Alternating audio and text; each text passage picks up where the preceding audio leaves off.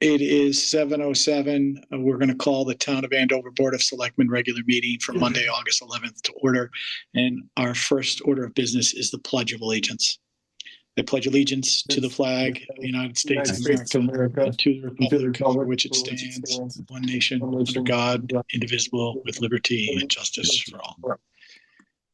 Okay. I'm going to make this difficult. I have to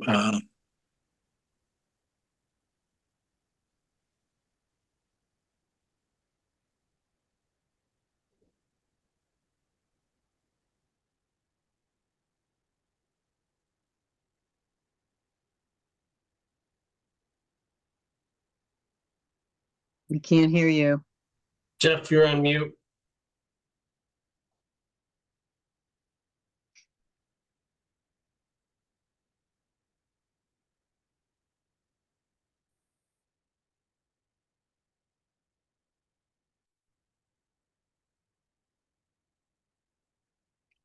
okay.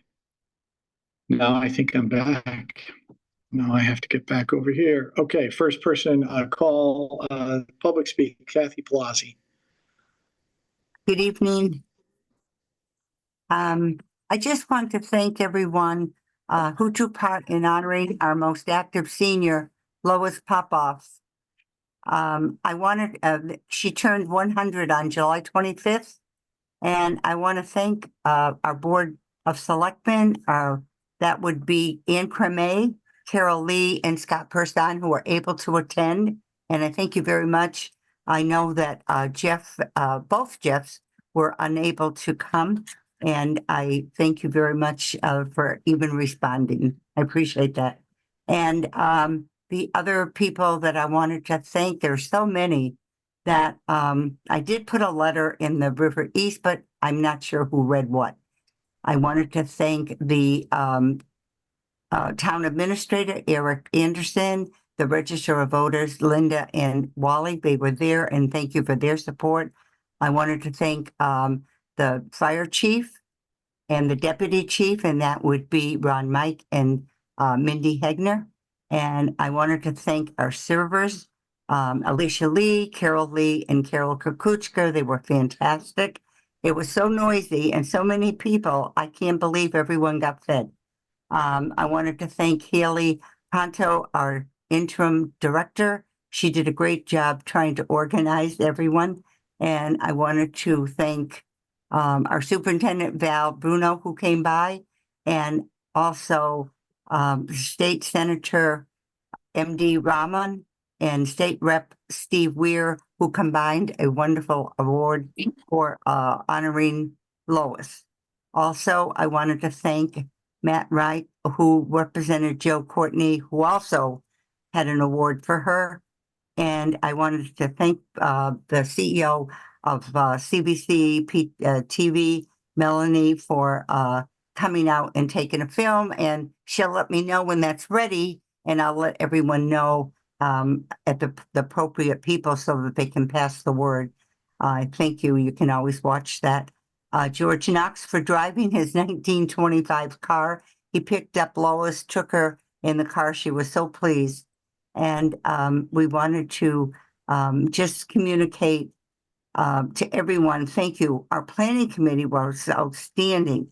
Sue Schmidt, Carol Lee, they did the invitations, the decorations, they ordered food, they set up tables. They were just all over the place.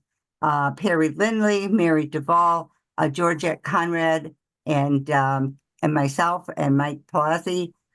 He was carrying extra chairs, and I really appreciated that. So we did the setup and the takedown, and we all had a wonderful time. Lois was completely overwhelmed, and she's still talking about the party. And I want to thank my daughter, Tanya Palazzi Hughes, who baked 100 cupcakes and also a beautiful cake for Lois's table. Her relatives all came too, as far as California and Florida. And thank you very much for the long-winded speech. All right. Thank you, Kathy. We'll move on to Joanne Hebert. set, but I'm glad to see that one of our most long-running seniors was honored in such a nice way. So nice to have that senior community center so that we can have events like this. And it sounds like a lovely event. I'm glad that it went well. Thank you. Kimberly Person. I'm all set. Thank you, Jeff. All right. Linda Fish, All set, thank you. Liz Lokech, I'm all set. Thank you. Louise Goodwin, I also attended that event and it was very, very nicely done. And I thank all of those that actually did this and actually attended. And that's it for me. Marcy Minor.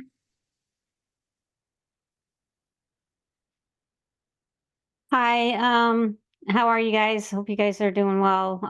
Obviously you have a lot on your plate here. I just wanted to see, I don't know if you got my letter. I noticed that there was a vacancy in the EDC committee. And it's a committee that I've been thinking a lot about joining for a number of years. And I think it's probably a good time for me to join that if if there's still the vacancy and if the board wants to have me there. All right, thanks. Tess Grouse. Nothing for me. Thank you. All right. Wally Barton. Nothing at this time, Jeff, but I'm here for later on in your meeting if you have questions. Thank you. Yep. Did I miss anyone? Yes, Haley you Proto. did. I did. Sorry. I'm going through. There's more people that came on. Let's go through it. Doris Maldonado.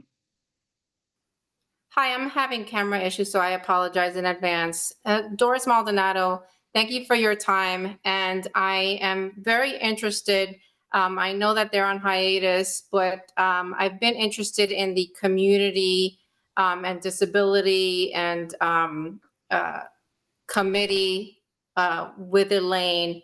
And I've already mentioned to them that I'd like to participate moving forward so that the disability community and me as a member can participate in that endeavor. I'd like to speak on the wonderful work that's being done at the community center. I've been volunteering several times a week throughout the summer, and it's a concern for many of us that we don't have a permanency yet.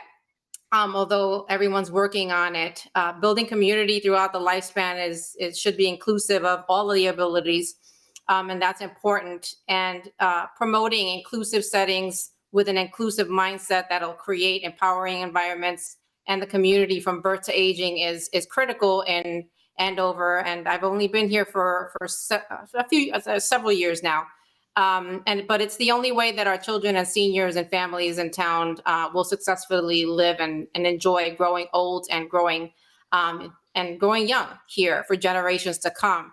Having that director provides consistency and opportunities. I have heard in several conversations with several of our residents that there's a concern with the timing and with the budgeting. But there are vested community members with experience and urgency to make the center a prized possession for all that enter and will benefit from it. So I urge all of you to consider that. There are many of us waiting and yearning to see it go fully forward so that we can join forces. And thank you so much for your work. Thank you. Right. Haley Proto.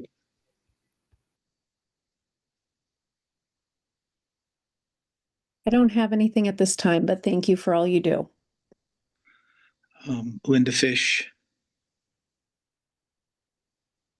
Whoops, all set. Okay. I think I got everybody this time. Anybody that I missed? Speak up if I did. Okay. We'll move on to item 3, which is additions and changes to the agenda. Do any of the members of the board have any changes that they'd like to see made to the agenda? Anne, no. Carol, no. Scott?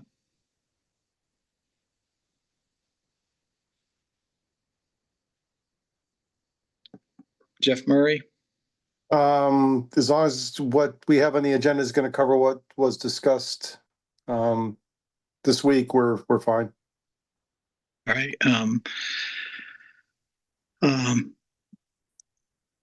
I would like to make, I'd like to add a 5A appointments. I'd like to discuss a potential appointment to the EDC. And under 9C,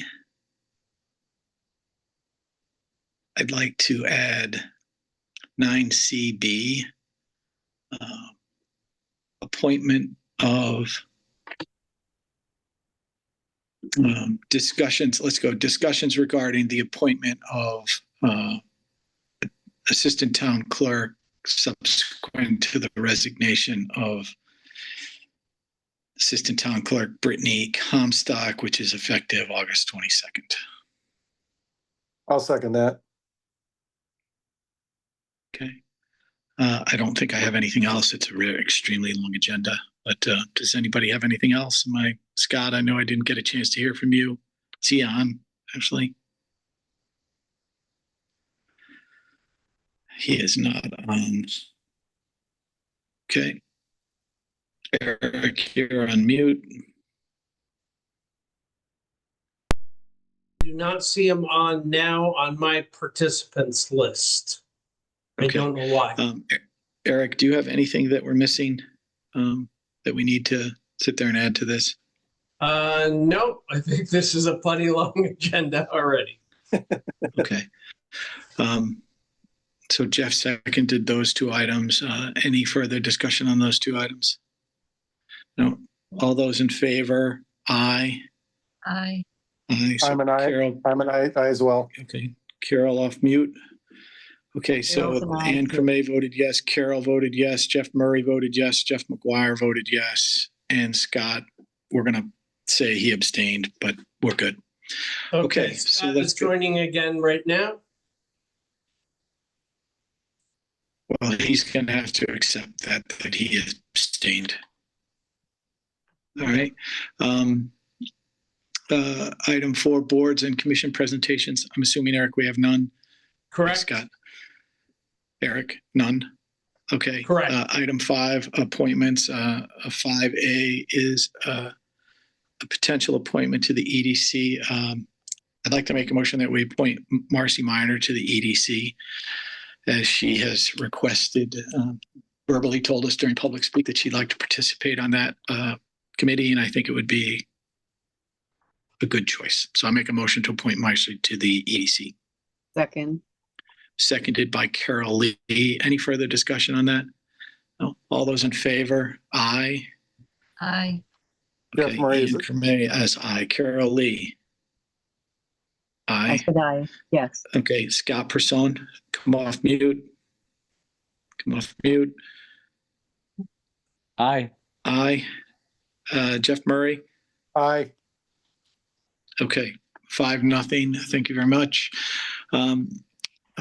Item 6, resignations. 6A is the assistant town clerk resignation. We received a letter from Brittany Comstock regarding her resignation effective August 22nd. We have that also in section 9, so we'll discuss that future. Does anybody have any issues related to that resignation? No? Okay. Item 7, a town administrator's report. Eric? All yours. So we have such an enormous packet. I don't think I want to give you an administrator's report just because in the interest of time, I will take questions if all of you have them though.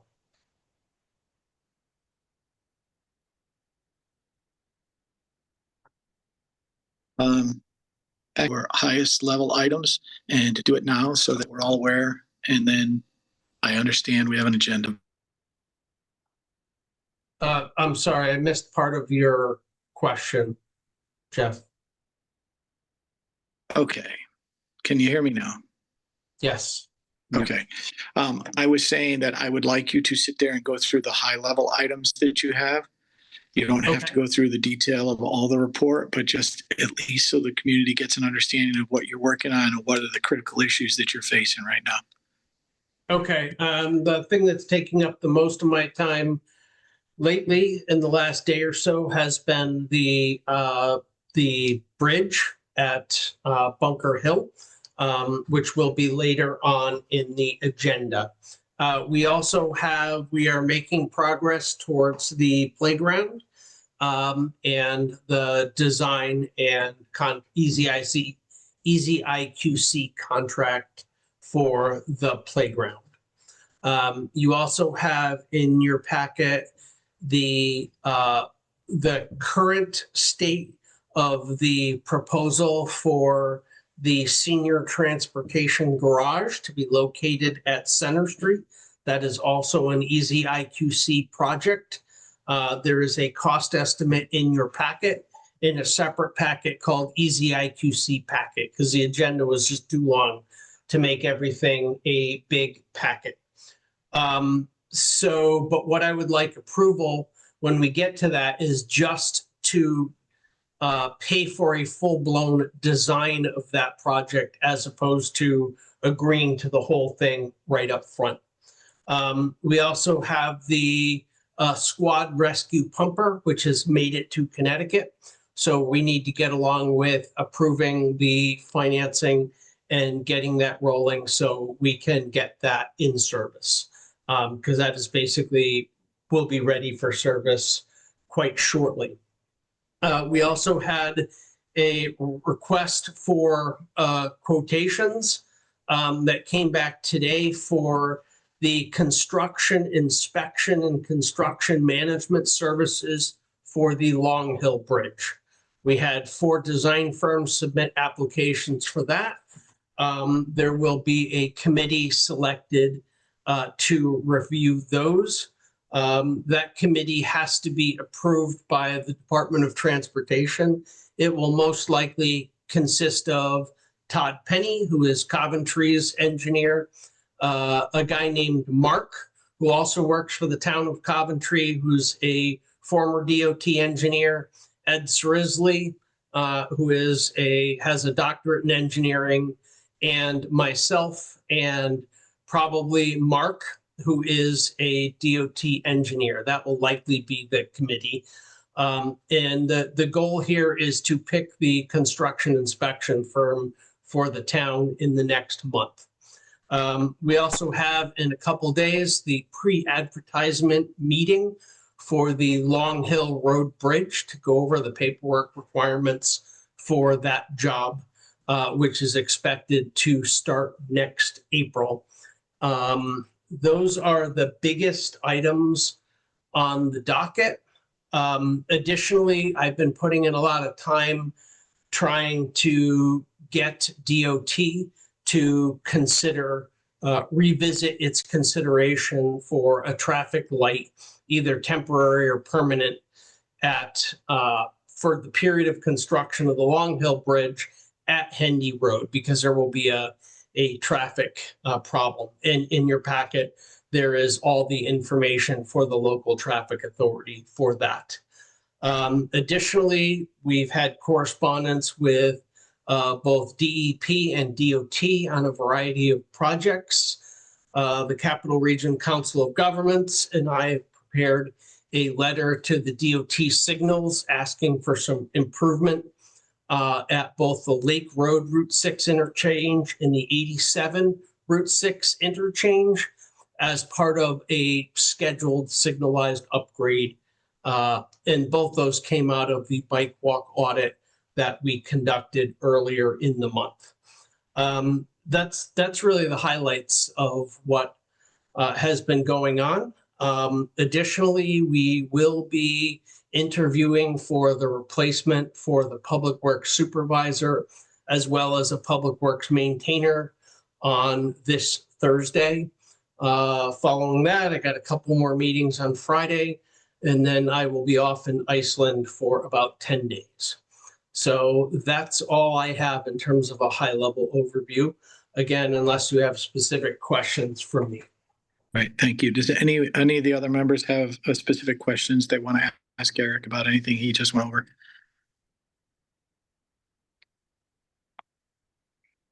No? Okay. All right, let's get on to item 8, old business. Discuss and act upon item A, EZIQC proposal from Gordian Group. There's a request for approval for design and a build cost estimate. So Eric, why don't you go over those items? Sure. So all I'm asking for now is permission to sign a contract with Gordian to give us a full design proposal. While I think the cost estimate for the whole proposal is accurate, I don't have enough information to want to say yay or nay on the entire project. I want to see the full-blown design, structural loading of the second floor, and how they're dealing with the existing walls, where the step downs are going to be, and a bunch of things in that. And I think that's reasonable. We're going to pay for the design anyway. I would rather pay for the design first and know exactly what I'm building before we commit to the much larger sum of money, which is Okay, around. so just to be clear, just so everybody understands this is a design proposal on the old firehouse, which is potentially the new facility to store senior vehicles, and that we've discussed about potentially having additional storage for the various organizations with the town that need storage, such as the Rec Commission. Correct. So Okay. what happened was several members of the board came back to me and said they wanted it redesigned with full upper level storage that was directly accessible from the upper level. So that is more expensive, but what it does give you is it does really increase the amount of storage space in that. There's every bit. So essentially this building now is 2 full stories, plus an attic that will not be accessible, if that makes sense. And that building will also be facing in the correct direction to potentially allow it to have a solar panel set up on it in case we want to do that in the future. Correct. That roof is, one side of that roof faces pretty well solar south. So that would be amenable to a good solar system on that roof. All right. So what you're asking from us is permission to go to the EZIQC group and the Gordian to request a design proposal. And just so you can verbally give it to the board and to the public, the EZIQC program does what and is sponsored by who? Okay, so this is something that is, it's a nationwide program, but this particular one is sponsored by the CROG, or the Capital Regional Council of Governments, although it applies to all of the regions in Connecticut. What it is it's a program that is administered by a company called Gordian.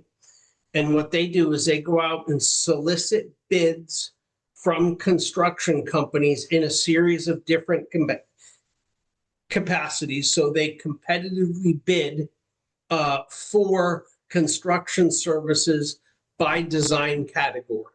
They have a book of about 15,000 tasks, and each task is assigned a cost per unit basis. So then what happens is once you have a project, you agree on a scope of work and what that project entails and how many units of each thing are required for that project. And the pricing just essentially comes out of the proposal because the unit costs for most things are pre-bid. So that is what I'm proposing.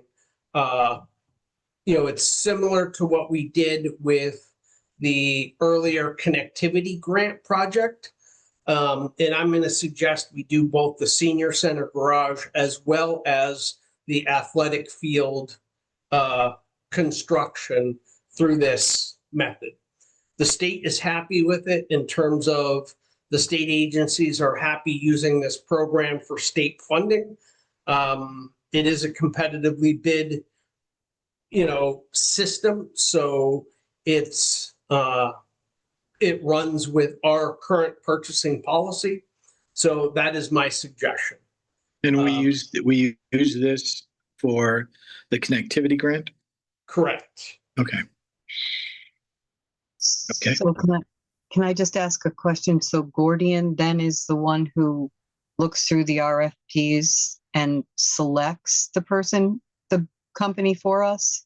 So what Gordian does is every 2 years, they go out to competitive bid on a 2-year contract for each major construction category. Like one of them is highway and roads, another one is building and structures. And they select a contractor, based on a set criteria. So it's done on behalf of the COGS, but it's done by the Gordian Group. And using the Gordian Group's list of tasks and cost basis for tasks, if that makes sense. Okay.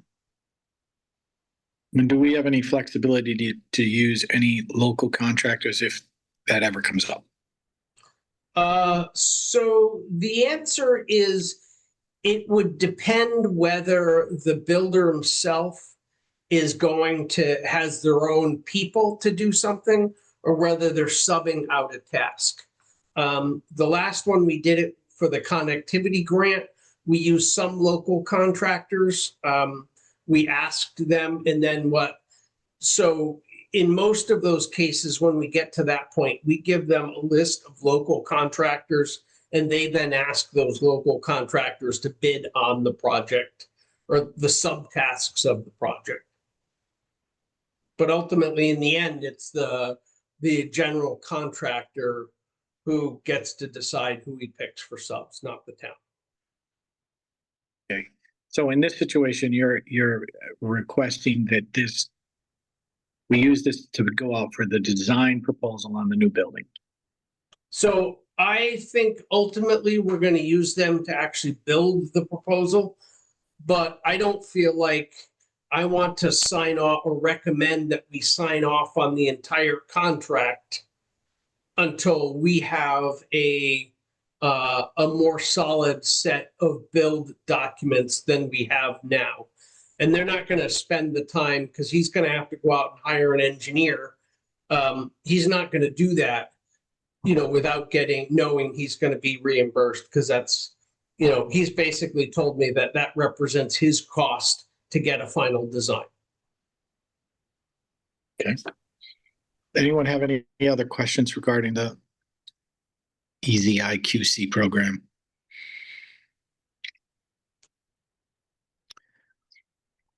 All right, then I'll make a motion that we authorize the town administrator to request from the EZIQC proposal from the Gordian Group for a design proposal for the new senior bus storage facility to be located at the old firehouse.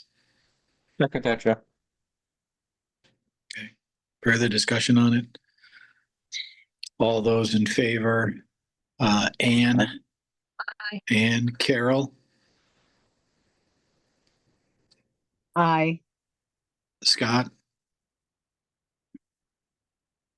You gotta say it for me, buddy, so that the person writing our Aye. minutes. Scott Person says aye. Jeff Murray. Aye. All right, Jeff McGuire, aye. Okay, thank you very much. That's 5-0. All right, item 8B, the community center signage discussion. I believe I sent to everybody the proposal from the sign company, Arts Sign, that the gentleman that did the signage that's done on Route 6.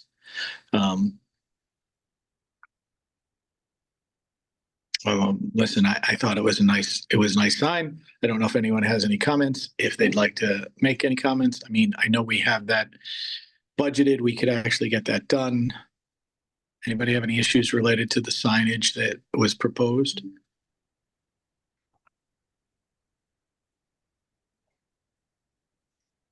Okay. Murray, do you have any questions? You had some last time. I'm all right with it. My question, the one that's on the building is what we're talking about now, not this other thing that's on a post. Or are we talking about both? Correct. The one that's on the building. He's thinking about putting one up by the street, which is not on.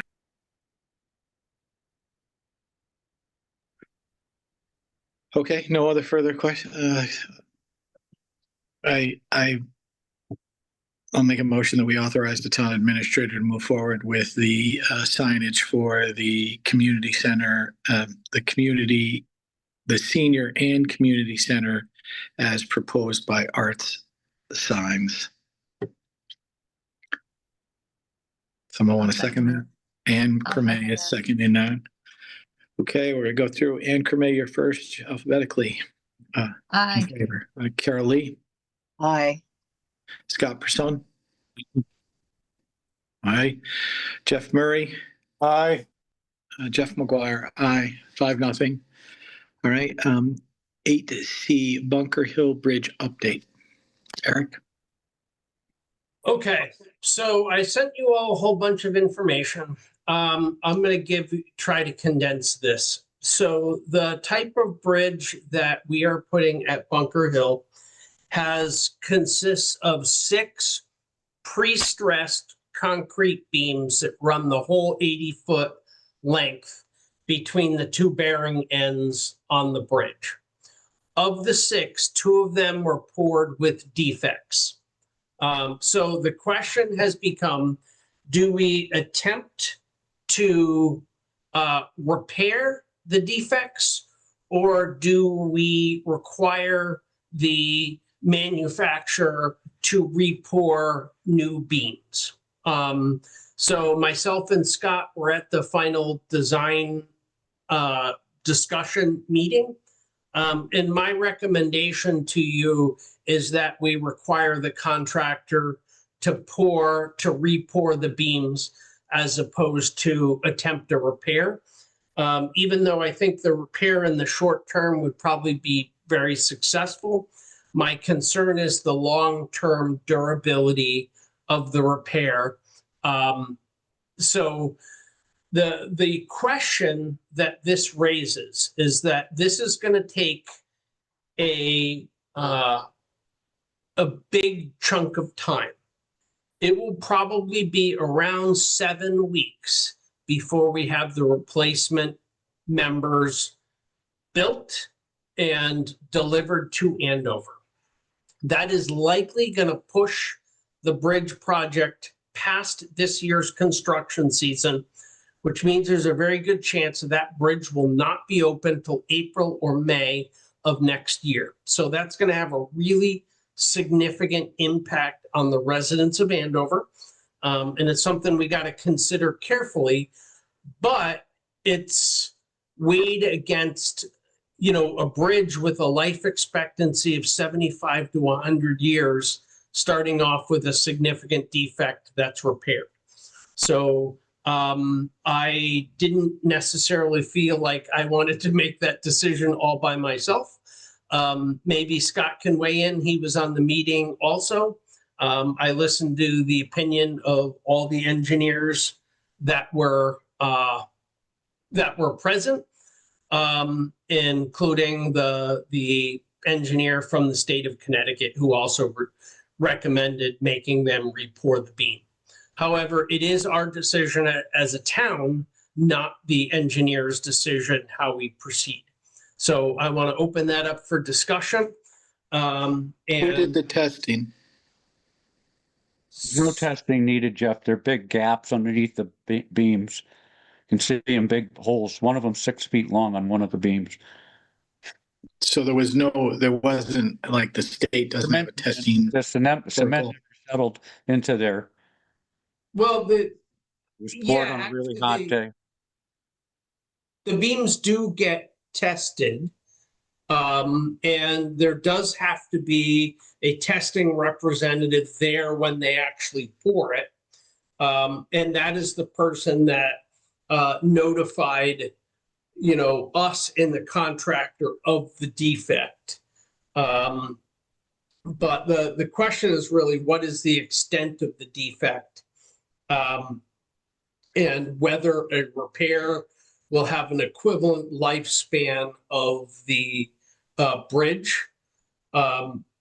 And, both the designer of record, CDR McGuire's engineer, as well as the state. And I also gave all the engineering documents and the repair procedure to Ed Cerisley. And he also recommended that we reject the beams unless they were willing to warranty them essentially for the life of the bridge, which, there's no real mechanism for them to do. So my recommendation to you is that we reject the beams and require them to be repoured, but we do that knowing that there's some possibility that we'll be able to open the bridge up before winter, but there's also a good probability we will not, and it will be April. In other words, everything would have to go perfectly after that for us to finish and get the road open this construction season. All right, so Which he should. He's given the worst possible timing situation, which he should. But those guys that are at the meeting today all said that it's possible to get it done this season. They'll be putting this bituminous down in the cold weather, and if they can get it all down, then they can put the guardrails. Then we can use mafia blocks for the guardrails until springtime. But I went to the meeting thinking that maybe it would be possible to fix those voids, but after listening to all the engineers and reading all the documents, it's never been tested. Nobody knows how to do it correctly, and we probably need to get real new beams, especially for a 100-year span bridge. Okay. I'll make a motion that we require, and actually, before I make the motion, Eric, who am I requiring to repour the beams? All you're doing is giving me the authority to reject the beams and notify NJR that they're going to need to have them recast. Okay. I make a motion that we authorize the town administrator to notify NJR that we are rejecting the beams and requiring that they recast new beams according to specifications. I'll Second that. All right. We'll say Carol Lee seconded that because that was the first person I heard. All the Ann Cremay. Aye. Yes. Carol Lee. Yeah. Yes. Scott Person. Yes. Jeff Murray. Yes. Jeff McGuire. Yes. So 5-0. Okay. Let's move on to 8D OSHA update.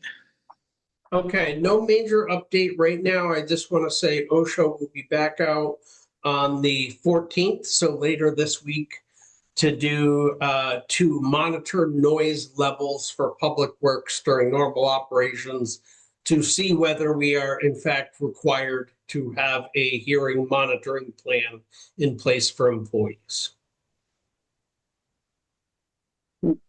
Okay. 8E food truck discussion. Sure. I So know. at the last meeting, I believe Jeff Murray spearheaded an operation or spearheaded a discussion with Janet Stepanatis. Sorry if I mispronounced your name, regarding the allowance of food trucks on town property. So I think he's probably the best person to address this. I went to that meeting also with Jeff. And Scott, my apologies. Okay, which one of you'd like to talk? You Doesn't want to do matter. this? I can do it if you want. Go ahead. We met with the applicant that wanted to locate a food truck in Andover on town-owned property. We raised several concerns and things that we were worried about as far as the operation and traffic and hygiene and how she was going to operate this on a daily basis.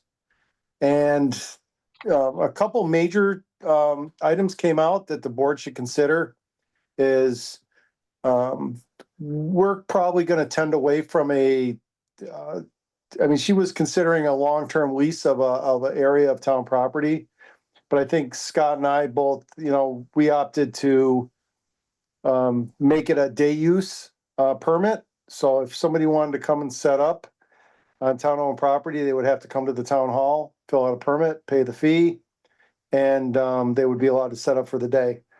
There was a couple concerns that I did have. One thing is the applicant would have to have a reasonable amount of liability insurance to operate on town property. The second was a restroom and an area to sanitarily wash their hands after, before preparing food. And then one of the other third things was set up and take down for the day. And then we also discussed some locations. We felt that the ball field for a temporary one-day permit would be acceptable. We also discussed that lot over and over. But we have also, as a town, have talked to Andover, and we've allowed them to have overflow parking there for their business. So that would be something that we would have to go and talk to them if we ever decided we would locate a truck there or any kind of business, because we've already given them permission to use that lot for overflow parking. And then the third location was Lake Road at the intersection of Lake Road and Route 6, in that parking area. That seemed to be the best fit because of traffic in and out. The over and over lot, if we had a lot of people coming in and out of there, the sightlines are not the best, and there's really no stoplight to allow people to get freely in and out of that lot. And if Andover was having an event or a lot of customers that day, it may impact their business as well. So I think we kind of focused on the Lake Road lot. Then we discussed, if we had to put a portable bathroom in there and a wash station to wash, for the employees of the food truck to wash their hands to comply with Eastern Highlands for sanitary purposes. That brought up a couple issues, because if we just issue one permit to one person in town, that's fine. But if we start getting multiple requests from multiple food trucks, who's going to pay for the bathroom? Is it going to be the original person, or does it? It brought up some issues. Should the town prepare the spot and get the portable restroom and the wash station, and then allow access to people that apply for the permits for the days of operation? And then another thing was the winter months. If we have a water wash station out in the winter, it's probably going to freeze. So do we want to make this a seasonal thing, or do we want to make it a year-round operation? So those were the concerns that we had. We proposed a daily fee of around $100, approximately $100 a day to use the site. And the person would have to set up, and then they would have to remove all their equipment and picnic tables, et cetera, at the end of the day. So they would have to come in with their vehicle or trailer, set up, and then clean up any garbage or trash that they would be responsible for at the end of the day. So I'm kind of throwing this out to the board to see what your thoughts are. Do you want to make this something that the town wants to sponsor and have a specific location down there and make it available to any operator to come and apply for a permit? Because if we do that, we're going to have to supply the restroom and the wash station on a seasonal basis, because I don't think we can do it year round. Or if we just let this one person do it, they would be responsible for the bathroom and the wash station. But if we had another applicant that came in, that would create a bunch of issues. She's paying for that already. Would we put 2 bathrooms down there? And if we get a third operator, do we put 3? it kind of, it kind of makes a mess down there. So that's something we probably should all discuss, but that was pretty much our findings. I don't know if Scott, if you have anything to add to that? Yeah, when we start to talk about the board talks about it, I want to go over the usage of the spot down by over Andover, because, you know, I was at that meeting when they said they could use it with overflow parking. I mean, that does not mean that Janet cannot use it. It just said that over Andover is going to use it as for overflow parking, and it's very, except when they have a huge turnout from some big thing that there's any parking up there. So I want to do is talk around the board if everyone is in agreement, and if they are, then that's fine. But I don't see any reason why she can't use that lot also. Well, can we get some information on the wash station and what's required? Because does Tom have a separate wash station at that location? I know it's not Tom property, but does anyone know? Eric's raising his hand. So real quick, I mean, the food trucks and food vendors are regulated by Eastern Highlands Health District. They have to have their own washing capability and food prep cleaning capability prior to being issued a food vendor's permit. So we don't have to deal with that portion of it. That is a requirement to be a food service vendor. The porta potty is a good point, though. If you're going to have something there, then you could argue that a porta potty is needed. I'm not sure it's a requirement for the health department, but it does make sense. Okay. Then, listen, I'll just go. I don't like the spot near Andover and Andover and over and over. Sorry. I never liked that spot when the Chick Scoop was there. It's a very difficult spot to get in and out of. I don't even like that Andover and over is parking there and I know nothing has happened and they have less traffic, so I'm okay with it. But if we had a daily food truck there and we're expecting consistent traffic in there, Scott, I just don't like that parking lot. Never have.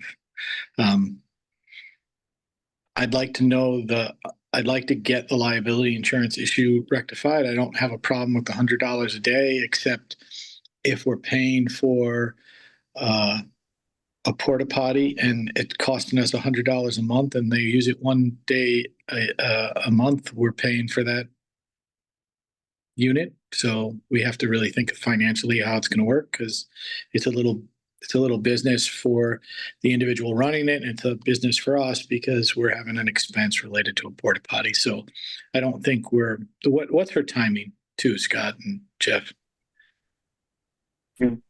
He's getting the trailers very soon, I think, within days of now. Yeah, and I was under the impression that she didn't have any hand washing facilities in that trailer. That was the impression that I got. I mean, I would have been surprised if she didn't have some kind of washing in the trailer. I mean, they usually have sinks. They have to do certain things. Why don't we just ask her to talk about it? Okay, let's do it. Janet? Is she on? She's on the. Okay. Janet, are you available to speak?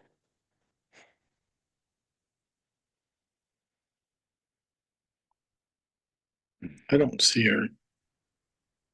Oh, there she is. Mm-hmm.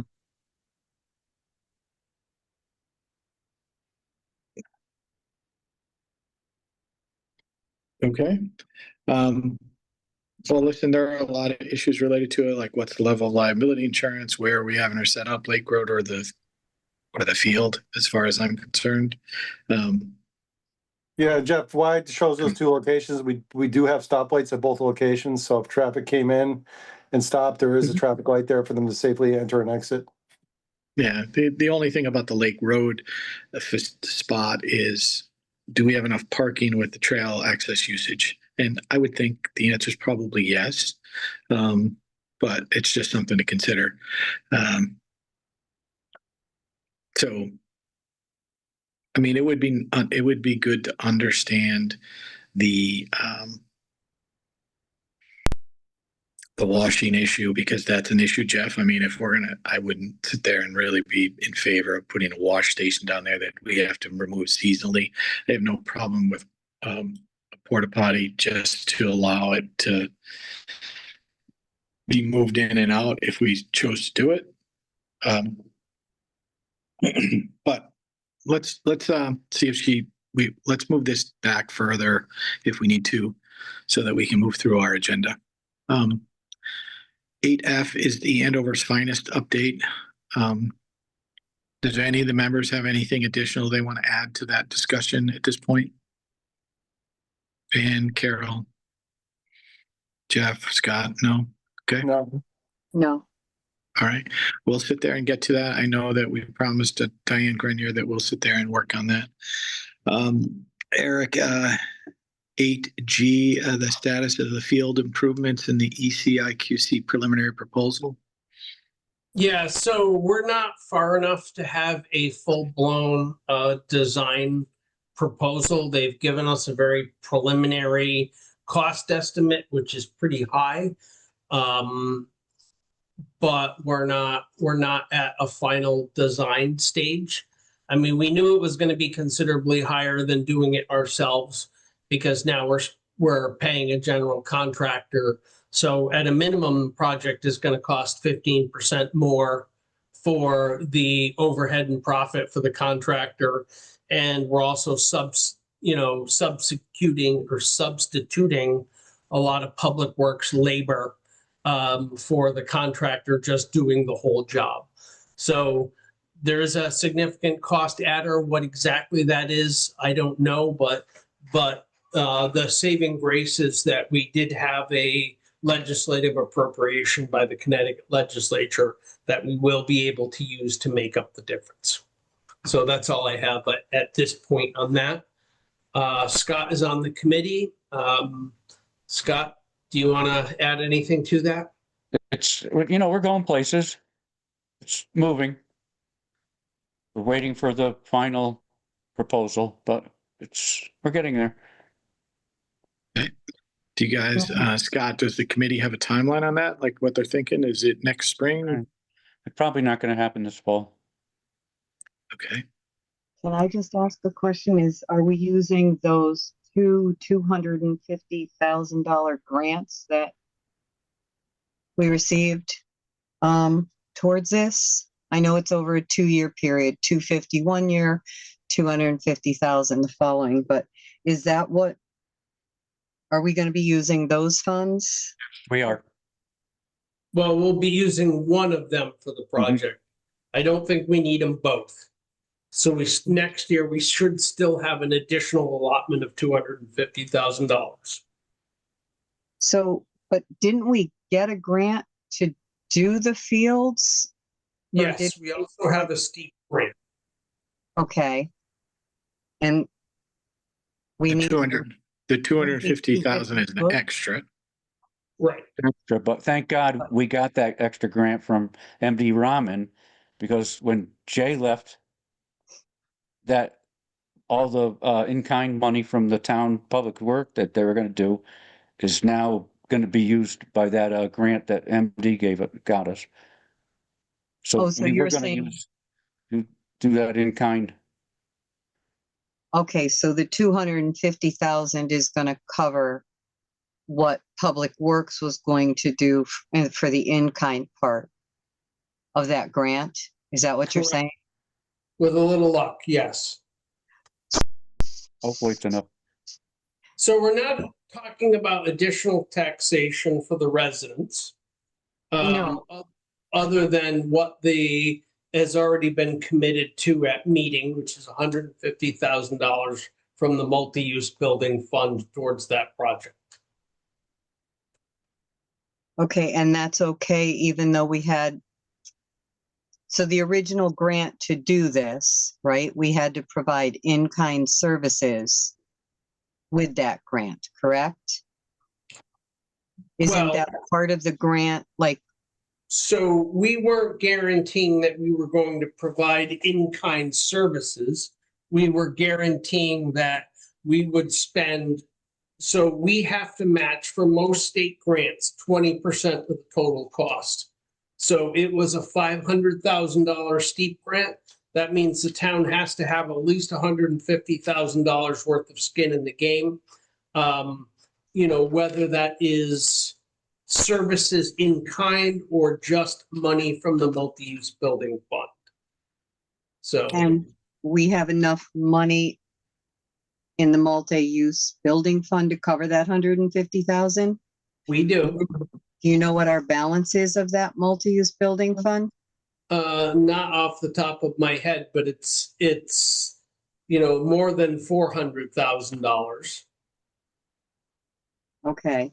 And it's okay that a second grant is going to cross over the first grant that you received for these fields?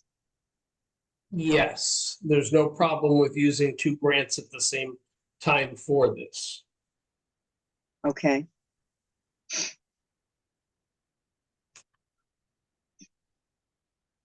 Okay, so,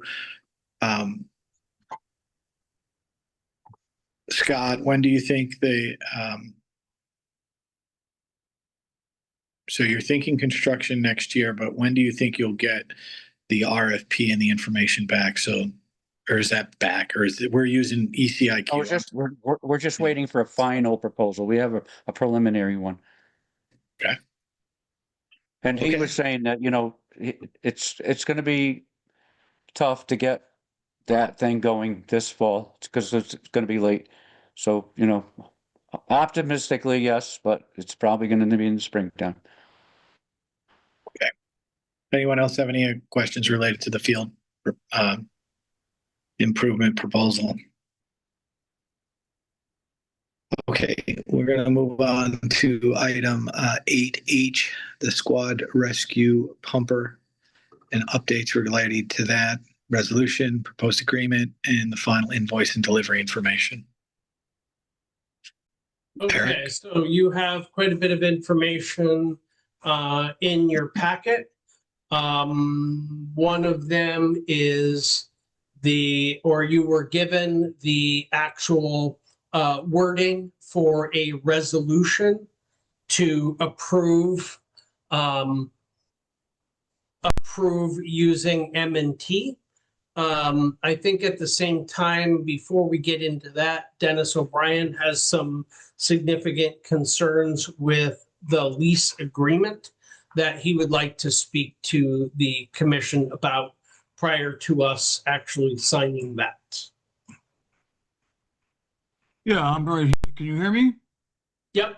Okay, I'm right here, and in all the years I've been a town attorney and the 50 years I've practiced law, I've never seen a contract as complicated and one-sided as this contract. It provides that, for example, I could go through a lot of things, but it provides that to start that they can assign this contract to somebody else, anybody else they want. They don't have to check in with us at all, get our approval, even mention it to us. They charge us for attorney's fees in negotiating the contract, and the attorney's fees for I don't know, for almost anything that they seem to want to do. And I just think it's too open-ended. I think it's a contract of adhesion. It's too one-sided, and it's also something that is a little bit beyond me because I'm not an expert on the uniform commercial code. I don't have much experience with it since law school, and I'm not comfortable approving this and then feeling responsible for it if something goes wrong, because there's an awful lot of I could go through a lot of paragraphs with you. No, Dennis, is this the M&T Bank contract Yeah. that you're speaking of? Okay. It's the lease contract. I never expected to see anything as complicated as this, as lengthy as this, with all kinds of associated agreements and, I just think it's just so one-sided in my view. I thought we should probably find somebody else to look at it. I hate to do that. I'm always interested in trying to save money for the town, and if I can do it, I can save money for the town because I have a retainer. But I just can't do it. I don't feel Has anyone gone to M&T, Eric, and talked to them about the contract at all? No, they sent us the contract initially and said, before we go any further, have this reviewed, and tell us what's agreeable or not agreeable with this. I can write a letter saying what's not agreeable to me, more than anything else, about four or five different items. Then can we do that, Dennis? Yeah, I can do that. I mean, Okay. I just don't. And then I let's could bring never, this. never agree to recommend to you that you sign off on this. Okay. It's like buying a pig in a poke. There's nothing in the contract about how much you're paying. I mean, Eric may have that information. I don't know. Well, I just think they just sent you a standard document, and Yeah, I think so. let's go back to them and give them your analysis, your basic analysis, and be as aggressive as you need to be on behalf of the town, and let's get this Well, done. I will be So, aggressive. I don't. but let's get this done and moved forward, because Okay. when is the vehicle ready, Eric? Now, It's ready. yep, Mhm. the Okay. New Haven. It's in New Haven now? Yeah. Okay, let's get this done. Dennis, and All right, I'm going to pick it apart, and I'm going to mention the top 5 or top 6 or 7 items that have really annoyed me regarding this. okay. And if they choose not to work with us, then Eric will go to a different contract attorney and get it wrapped up as quickly as I mean, I possible. think people who write things like this, there's a special place in hell for. It's really should be a lot simpler than this. Everything should be simpler in life. Yeah, well, not everything, but most things. Okay. All right. Anybody have any other issues related to this? Well, how are you going to push this ahead? We can't wait till next No, We month. cannot wait. We got to get this done. So, Dennis, So- as soon as you can Well, do you this. can sign off on it if you want to, but I will write you a letter saying that, if something goes wrong, don't come looking for me. So let's sit there and get our issues back to them and see how quickly we can move this along Now we're going to have to okay it via email. Well, Okay. I mean, I think you can agree to the resolution, because you're still not authorizing a contract to be signed until you have a contract that you're amenable with. Okay. I don't disagree with that, Eric. So that was on page 62 of the main 62. packet. All right. So on page 62, the resolution, the town of Andover approved financing for a squad fire apparatus at a town meeting on 3/13/2025 by a vote of 73 yes and 2 no votes. The following resolution was offered for adoption by the town of Andover Board of Selectmen at regular scheduled meeting on August 11th. Resolved by the Board of Selectmen of the town of Andover, Connecticut, to approve the purchase and lease of a squad heavy rescue pumper fire apparatus from Spartan Motors USA to be used for fire department activities. The cost of this equipment is $983,692, which the town of Andover will lease through a tax-exempt initial lease through M&T Bank and or its wholly owned subsidiary, 233 Genesee Street Corporation. At the conclusion of the lease, the town of Andover will own the equipment for $1. Motion to adopt the foregoing resolution was seconded by, or hold off on that, and the roll call for the adoption was as follows. I'll make a motion that we approve the resolution with the stipulation that the contract with M&T Bank is effectively resolved in an amicable manner. That's my motion. Scott Person seconded. So Scott would be added to this resolution, Eric. And will be signed by the town administrator. Any further discussions on this? All those in favor? And Creme. Sorry. Aye. Carol Lee. Aye. Scott Person. Aye. Jeff Murray. Aye. Jeff McGuire. Aye. 5-0. Okay. All right. The SCBA, not 8I, SCBA request from fire department. Eric, where are we at that? What page do we start at? That starts at page 101 of the regular packet. So you're telling me from 65 to 101 was all related to the M&T Bank agreement. Perfect. Correct. Yeah, Dennis, let's make it 4 pages. well, I don't know Right. about 4, but So page 102 is the quote. Page 101 is the information from the fire commission or scuba information added to the budget this year in the capital fund of $137. Current balance in the fire department equipment fund, $567,673. Says, assuming that the fire truck purchase will instill a possibility change orders after the build, inspect, 10-year payment. So we have the final number. It's slightly higher than that, but it's a very small amount higher. So it doesn't change the substance of the argument.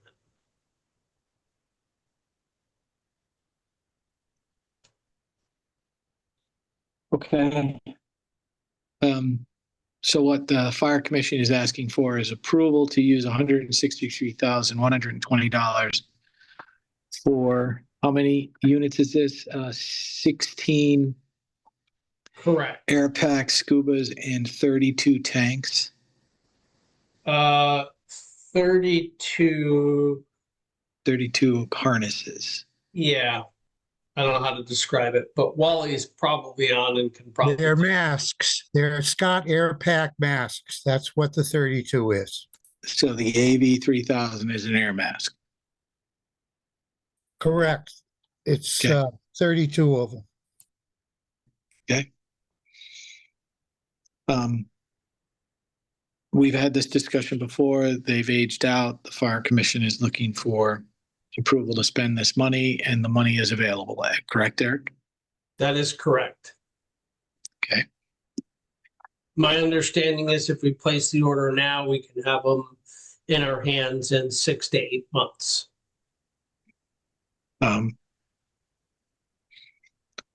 I'll make a motion that we authorize the fire commission to order 16 CSBA firefighting. Give me a second. Wally, give me the terminology that I should use appropriately for the fire commission.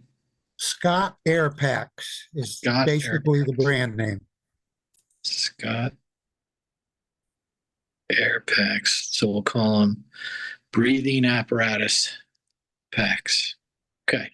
I'll make a motion that we authorize the fire commission to order 16 Scott Air Packs, which are fire respiratory breathing apparatuses, and 32 air masks for a total of $163,120, and for the funds to be taken out of the fire department equipment fund. The total amount would be $163,120. I'll second. Carol Lee is seconding. Okay. Further discussion on this issue? Anne Creme, Aye. Carol Lee, Aye. Scott Person, Aye. Jeff Murray, Aye. Jeff McGuire, aye, 5-0. Okay.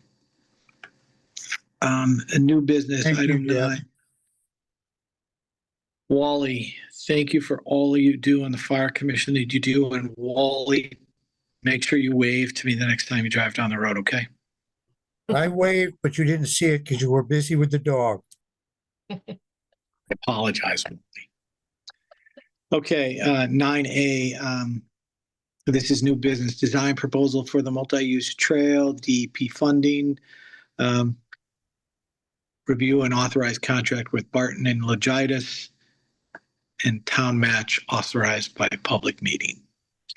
Eric, what page Correct. do you want to get? So that is a separate packet that should be listed as Percy Cook _trails.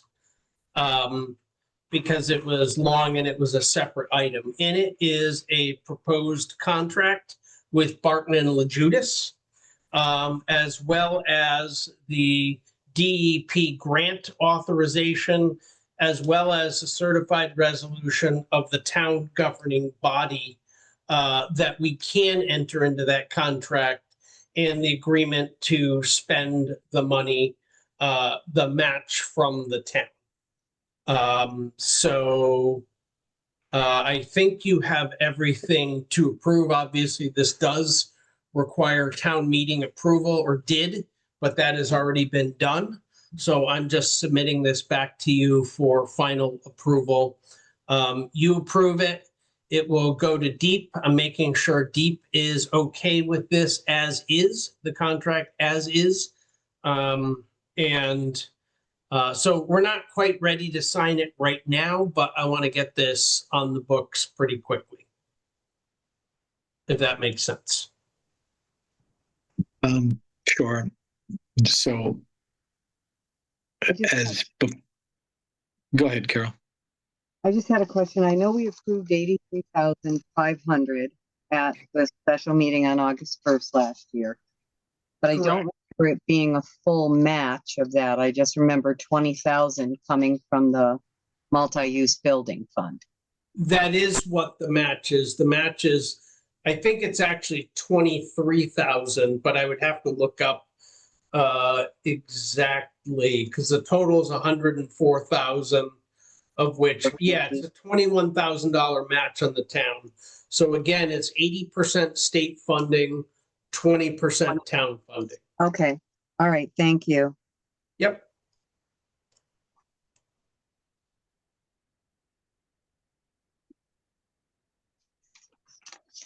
All right. So I'll make a motion that we authorize the town administrator to move forward with we authorize the town administrator to review and approve a contract with Barton and Logitis for the design for the multi-purpose trail, the Percy Cook Trail, funded by Deep,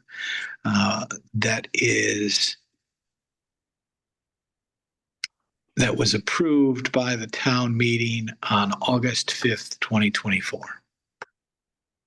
Second, Jeff. Scott seconded. Eric, so we're in further discussion. Scott, Person seconded. Eric, in the future on items like this specifically, please have resolutions just drafted, like it just makes it easier, because I don't feel I'm doing a horrible job, but I don't feel I'm doing a really good job. So if we can have that done in advance, that would help. Yep. All right. Appreciate it. Any further discussion on this? Okay. Anne? Yay or nay? Favor? Carol Lee? Aye. Scott Person? Person, aye. Jeff Murray? Aye. Jeff McGuire? Aye. 5-0. Okay. Let's move on to Item 9B, local traffic authority. Local traffic authority discussion, CROG, crash data for Andover, and B, CONDOT signal project, letter to DOT regarding the signals, and C, status of signal installation on Hendy Road. Eric? Okay, so there's a bunch of stuff here. I gave you a standalone packet called traffic_all, because I wanted to put everything related to your role as a local traffic authority in one spot. So I'll take them in order. CROG has updated the crash data for the town of Andover. I put that in your packet because I think it's worthwhile in your role as local traffic authority for you to review the crash data. If you turned to page 43 of that packet, you can see the comprehensive crash data. And the first thing you'll notice is that almost all of the significant accidents and the majority of the minor accidents that have occurred in the town of Andover have occurred on state roads, not town roads. And the worst obviously being Route 6. So I think that speaks to Jeff Murray's concern with the town considering a, speed cameras for the Route 6 corridor at some point. I think the data clearly show that if we were going to concentrate on one area, that would be the area that we concentrate on. So anybody have any questions about the crash data or have had a chance to review the crash data?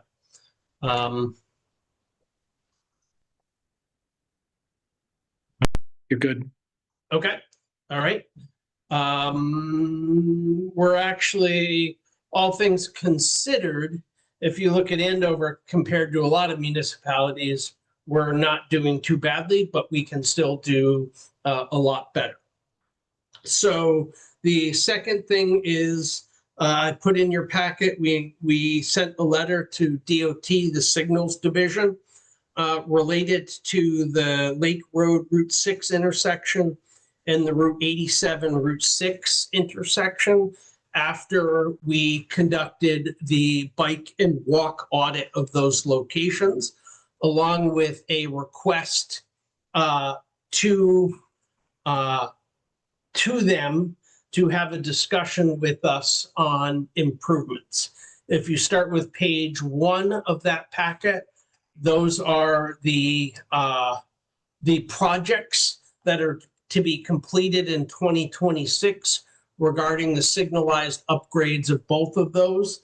And our goal is at the same time they do that, request to them to make pedestrian, and multi-use safety modifications to what's there now. If they agree to it, that will be a freebie for the town. It will just be wrapped into the project. So that's what we're going there trying to ask them to do. You can see my letter on page 3, which I requested that.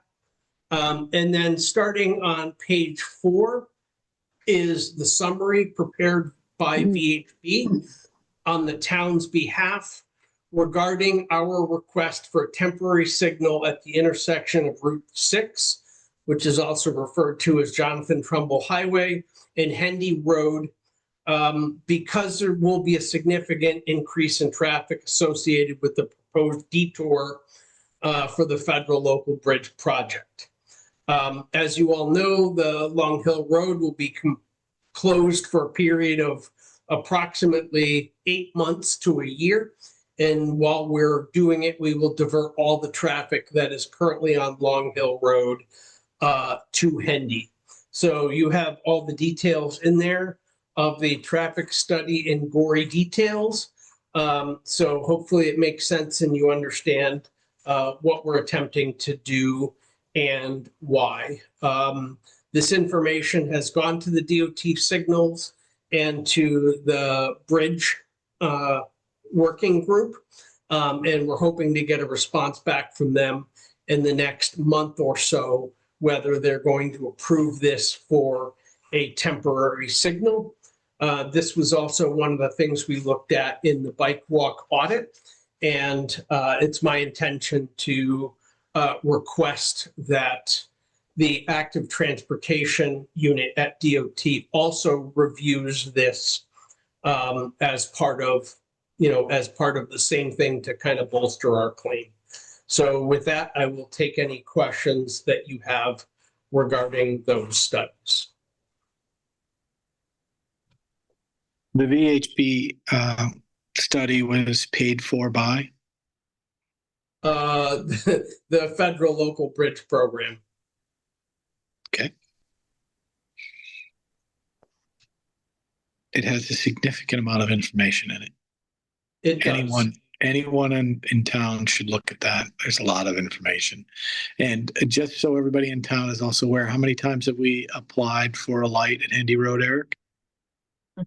Oh, I think about 4 at this point, And how many times have we been rejected?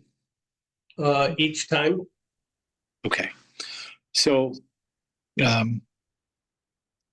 just for the community, we're attempting to make this happen because we sit there and understand that when the Long Hill Bridge project is undertaken, there's a significant amount of road access to Route 6 that comes down that road. Jeff Murray and Cremay live in that area.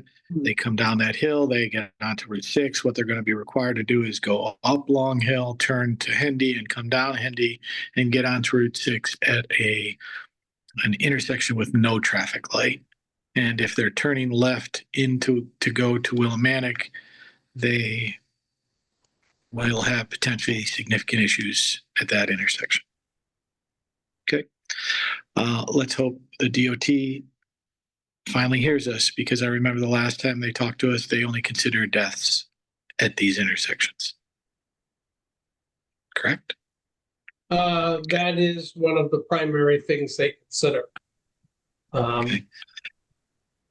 Anyone have any other comments or issues or something they want Eric to address related to this?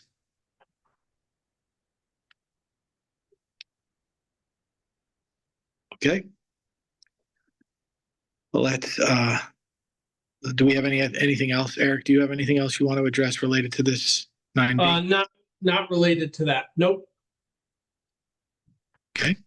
And any timing as to when we might hear an acceptance or a positive response or a negative response related to this? It is in the hands of DOT Signals. So, and VHB has asked them to expedite their review because it is time critical, since this is something we're going to construction on next April. So we're pushing them very hard for a review right now. Okay. All right. Thank you. 9C, 9C, 9A, and 9B. 9A. One second, please. Okay.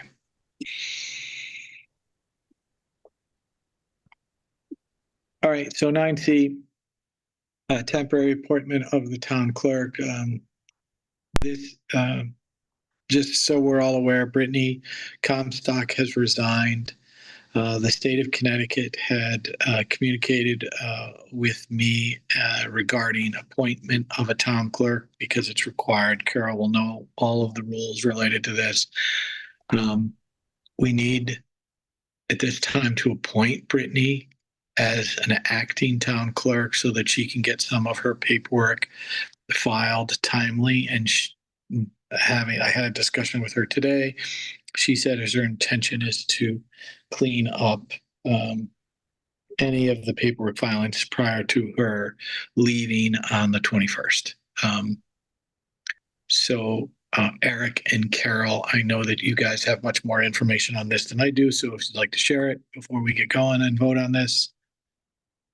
I think the active part the town or the state was concerned with is that she needs to be appointed both the acting town clerk and the registrar of vital statistics, so she can file those on the town's behalf.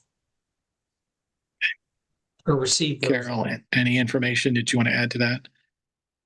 That's correct. She has to be acting town clerk. And that in turn would make her the acting registrar of vital statistics. Okay, so just so we're all aware as we do this, she will become that for the next 10 days. Is that accurate, Eric? Just letting us all know, everybody aware? Correct. All right. Okay. All right. So I'm going to make a motion that resolved that effective immediately, the Assistant Town Clerk Brittany Comstock is appointed acting town clerk and registrar of vital statistics of the town of Andover until August 22nd, 2025, when her resignation becomes official, and that the approval of this resolution must be reported forthwith to the Office of the Secretary of State and to the Department of Public Health of the state of Connecticut. Second. Carol Lee has seconded. Any further discussion on this issue? All right. Aye. Carol Lee, Aye. Scott Person, Jeff Murray, Aye. and by the way, Scott Person said yes. Jeff McGuire, yes. Aye. So that's a 5-0. Okay. Related to this issue, we are going to run into the same issue starting August 22nd and moving up until the election. This I would like to get taken care of tonight, if at all possible. Obviously, we have an endorsed candidate by the Republicans and an endorsed candidate by the Democrats. I would rather not have any issues with those two individuals and the Board of Selectmen being engaged in that.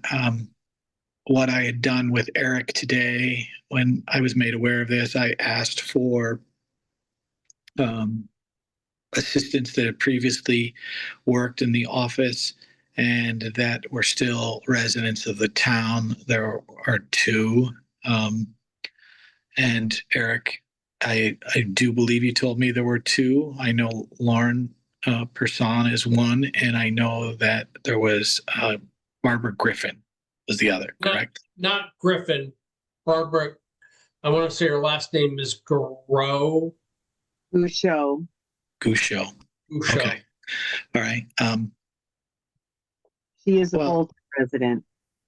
Okay. She's a Bolton resident. Okay. Yeah. Well, that moves that even further along the line. So what, and this is up for discussion before we move forward. What my thought is to appoint Lauren Person for a 60 or 75-day term up until the election. And in the interim, work toward hiring an assistant town clerk as well, so that we can create as much flexibility in that office as possible. And then have someone be have the assistant town clerk be there for when the elected town clerk enters the office, and so there's no lack of timing in between what we're dealing with the resignation of Brittany and what we're doing at the time of the election. So that was my thought. I would like to open that up for discussion so we're all aware of what we're attempting to do within that office and get some feedback so we can move forward. Anybody have any issues? Okay. Nothing, Carol, nothing on this? I'm just going to ask. No? Okay. All right. Then what I'm going to recommend is that, and I'll make a motion that resolved that effective August 22nd, 2025, Lauren Person be appointed temporary acting town clerk and register of vital statistics of the town of Andover until the new town clerk registrar is elected and sworn in after the November 4th, 2025 election, and that the approval of this resolution be reported forthwith to the Office of the Secretary of State and to the Department of Public Health of the state of Connecticut. Second that. And Kermay seconded that. Okay. Further discussion on this, because I know this is a big deal, but I just think it's in our interest to move this forward as quickly as we possibly can. So as long as nobody has a problem, I'm good. Anybody else? All right. Anne Kermay, Aye. Carol Lee, Aye. Scott Person. It's not I. Okay. Jeff Murray, Aye. Jeff McGuire. Aye. 5-0. Okay. And now I'm going to make another.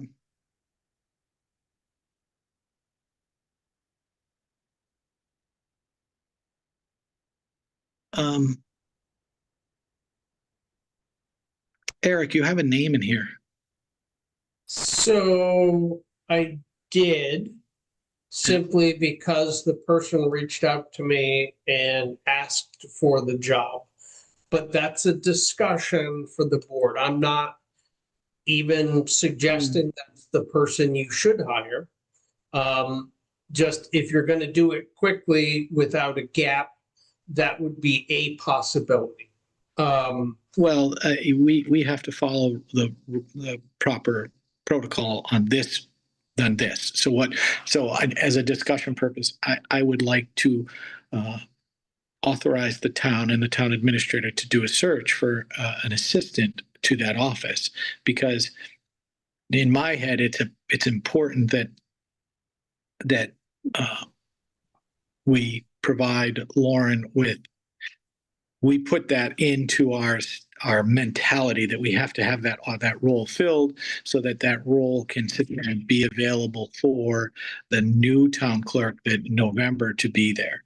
So I don't necessarily know, Eric, that it's important that I have them the first day. I'd rather you get the right person so that we can sit there and move forward. Can I just add, it is the elected town clerk's choice of who she will pick for that position. And that is statutorily, we have an opinion from Dennis O'Brien on that. So I'm just saying appointing Lauren to fill that is great. And then whoever is elected, she can assist them in the transition until they find a new person, until the elected town clerk selects her assistant town clerk. And Dennis can type in whenever he'd like, but it is the elected town clerk. We've already appointed the interim, so the office will be fine until the election. And, let me if Lauren's willing to stay on. I understand what you're saying, Carol, but my question would have been, what if Brittany stayed? What if Brittany chose not to? She chose not to run. Okay, so that's fine. But what if she stayed on? What would the town have done? What would we have done, Dennis? So she was appointed. That's a good question. I guess that is a Dennis question. If she is, I'm just asking. It is a union position, and she was appointed by an elected town clerk. Right. So that's a really good question, Dennis. Yeah, I don't know the answer to that. I don't know if her appointment would survive into the tenure of the new town clerk elected on November 4th. Not sure. That's something I'd have to check. It's okay, not clear. So are you telling me that we as a board, right? This is so ridiculous. We as a board can appoint a temporary person that.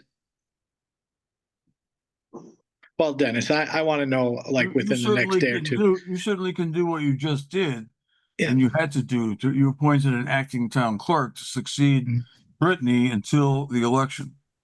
The other questions are, I am not sure. Normally, assistant town clerks are appointed by the town clerk. It doesn't have to be limited to one, but I don't know if if Brittany chose to stay on as assistant and wanted to stay on post November 4th, I'm not sure that she would have a legal right to stay on. Don't know. That issue is not going to arise in her case because she's leaving. But Okay. the question that has been raised is a good one, and I don't know the answer off the top of my head.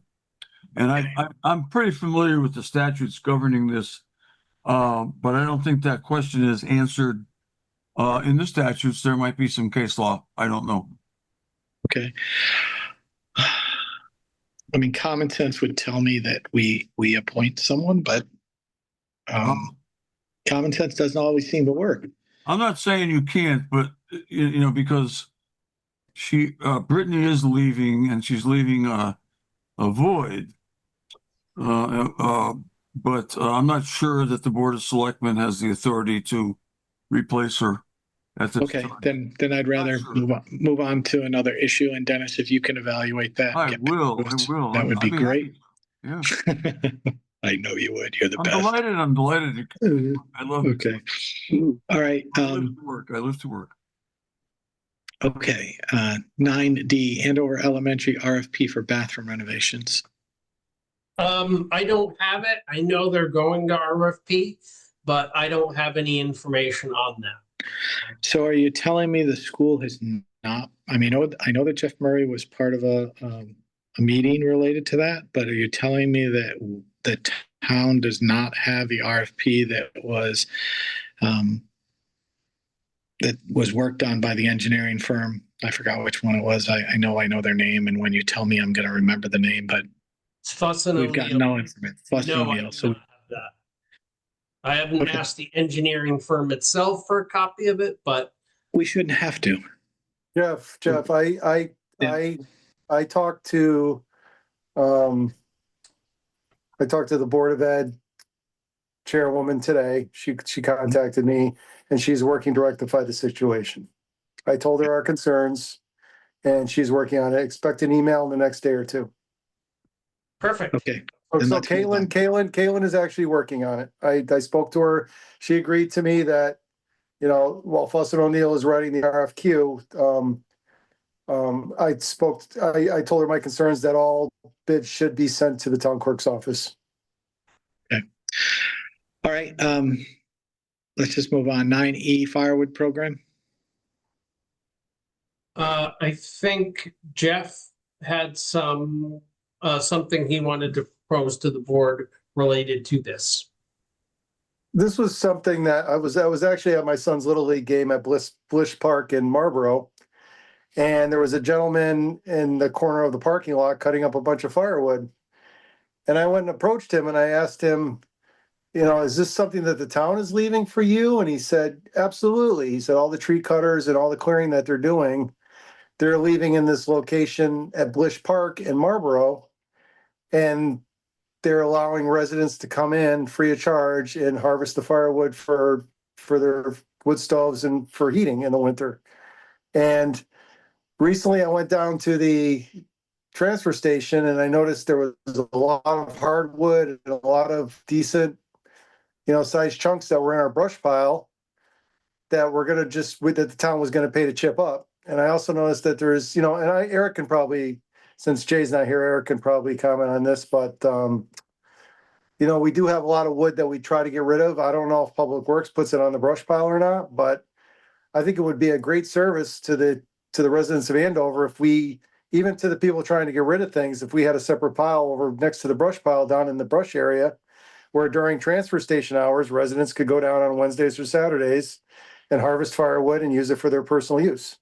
For us putting it in the pile and just chipping it up, or for just, our tree companies just hauling it out of town, it should be something that we should make available to the town residents, because we do have a lot of town residents that do use firewood to heat, and they maybe can't afford oil or can't afford other means to heat their homes. And, I just think it would be a good thing to try out, create the pile, maybe in one of those concrete bunkers that we had from the old dump, and just kind of pile the wood in there.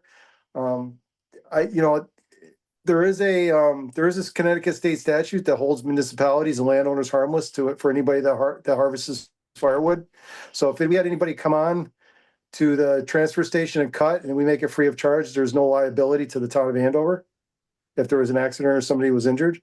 So I just wanted to propose that just as a cost savings and as a benefit to the other people in town that could probably take advantage of it. Because it seems like one of the gentlemen I talked to in Marlboro said it's a huge success. Everybody seems to be going over there and harvesting firewood.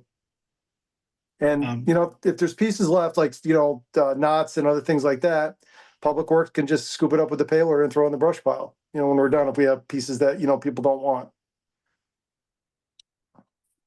I have no problem with it. I mean, does Marlboro have a specific policy that they've approved related to that? I can look into it. I just wanted to mention it to the board just to see if if it was acceptable to the members of the board. If it's acceptable, I could look into it. I think it's a great idea. Anybody have a problem with it? So Good idea. I'm in favor of it. Two things. One, when we cut wood on the side of the road, we tend to leave it there as long as we can until we start getting lots of complaints from the residents, because most of it does end up getting cut up by residents who are going around looking for firewood. And then we have to go back and clear up all the crap they didn't want to take because it was too big, or knots or butt ends and stuff like that. So I think generally speaking, we're kind of already doing it now. The question is, do you want to bring it to a central location first, or do you want to leave it on the sides of the road? And the second thing is, I have a little bit of concern with people while the transfer station is open and people are bringing in brush to the pile. At the same time, people are cutting wood, especially since we're talking about being on top of a capped landfill. My suggestion is we try it for now, but if it looks like this is going to be successful, the transfer station property is large, and right near the entrance, before you get to the entrance, we have a lower level area that we've talked about long-term developing for something related to Public Works. What I would suggest is we would make a landing there, and then that would be the area the firewood is dumped. So we keep it out of the transfer station and on top of the capped landfill, because I just see compliance issues with doing that there long-term. That's it. Yeah, that's fine. And we do have residents that dump hardwood there. So if we have a hardwood area that they could just go and dump logs or, pieces of trees that they cut and they can leave there, that's fine. Just to upcycle it to other people. Well, they're not really supposed to be leaving. They're supposed to be leaving brush only. They are. There's the problem is, yeah. So listen, it's a good idea. Let's work out the logistics of it and try to make it happen. Okay. What I can do, Eric, is it okay if I contact Marlboro and get some information, or is that, do you know the town administrator over there that you could contact? Yeah, you can certainly reach out to him directly. His name is David Porter. Okay. If not, I'm going to lunch with him Friday, so I can mention that to him Friday. Well, how about if you're going to lunch with him Friday, why don't you just mention it and see what the pitfalls are, and then can you report back to us at the next meeting? Yeah, I can certainly. Or just send us an email, basically what your findings are. Yep, not a problem. But I'm certainly in favor of the idea. Yeah, I think it's just a great idea. It cuts down on our waste, and residents are paying taxes to have these trees cut, so they might as well get some benefit out of it. Yep, concur. Okay, great.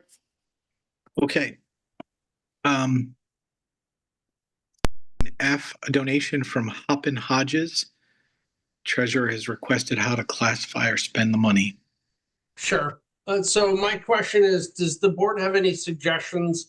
So Hoppin Hodges is a event that gets put on annually, and the person who runs the event returns some or all of the profits to the town of Andover.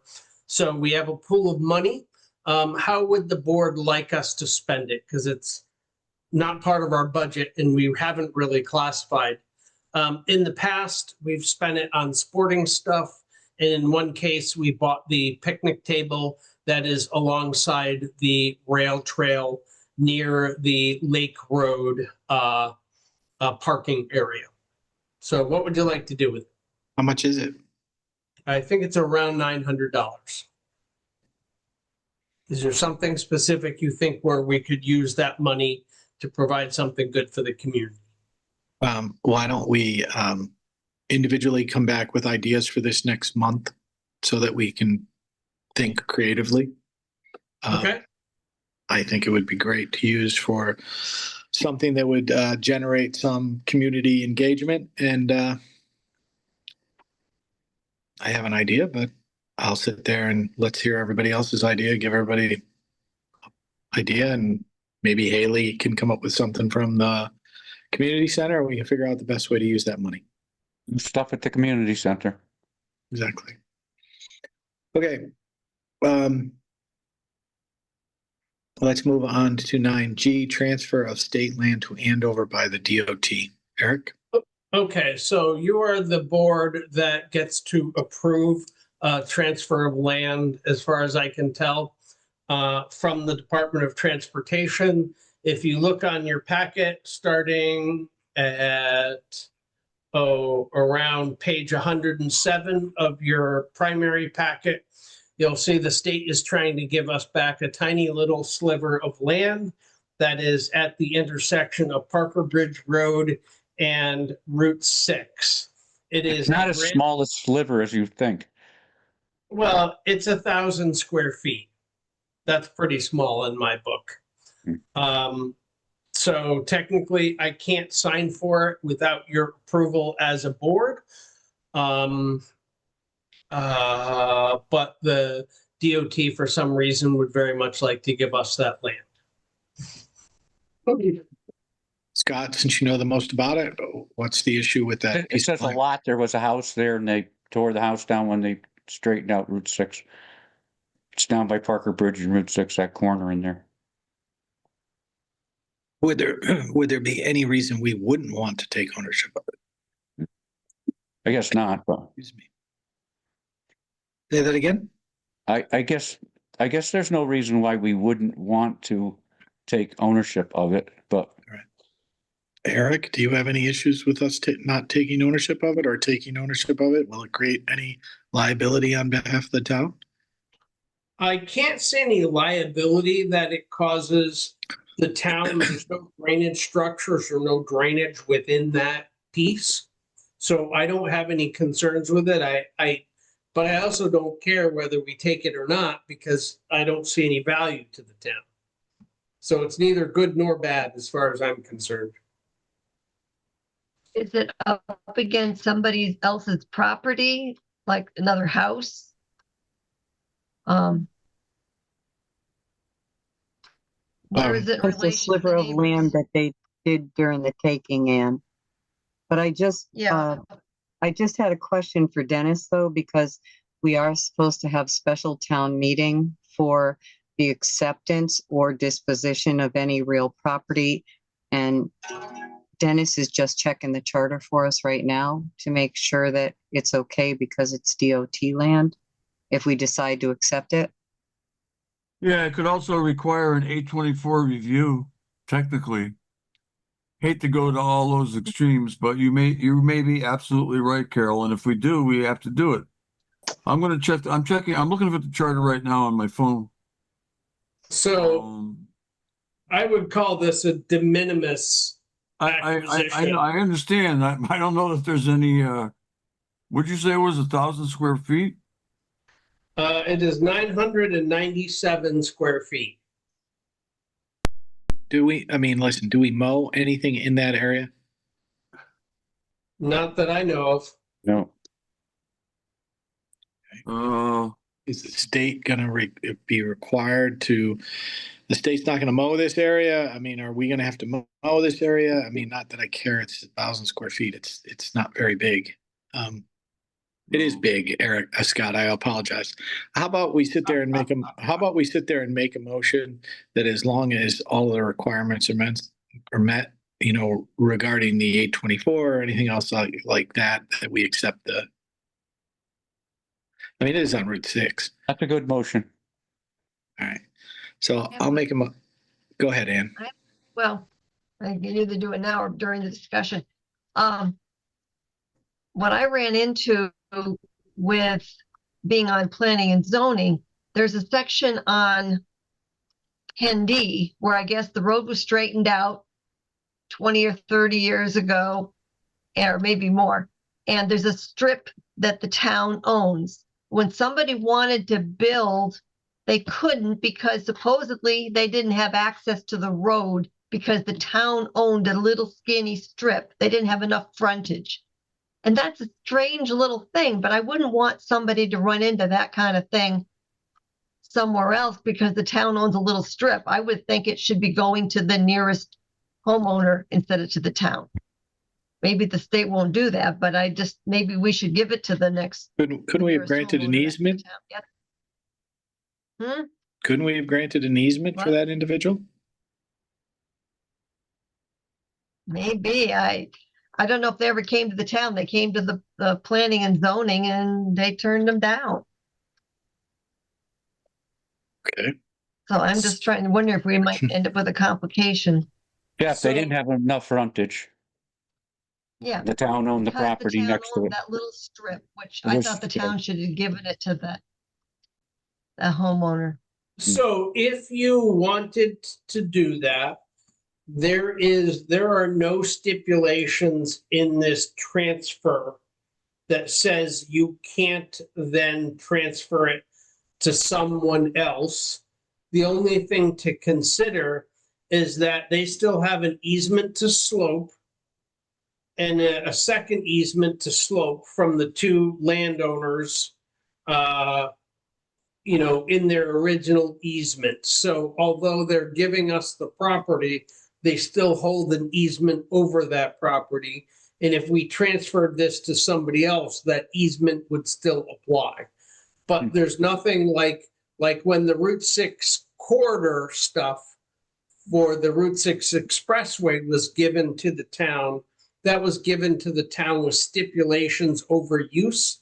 This is not. So the town could do anything they want.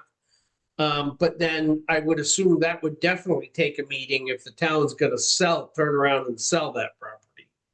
I was looking at the acquisition of less than 1,000 square feet as a de minimis operation that would not require an 824 or a town meeting. Because if it requires a town meeting, it's not worth us even acquiring it. It does. There's no way It it's worth does. that.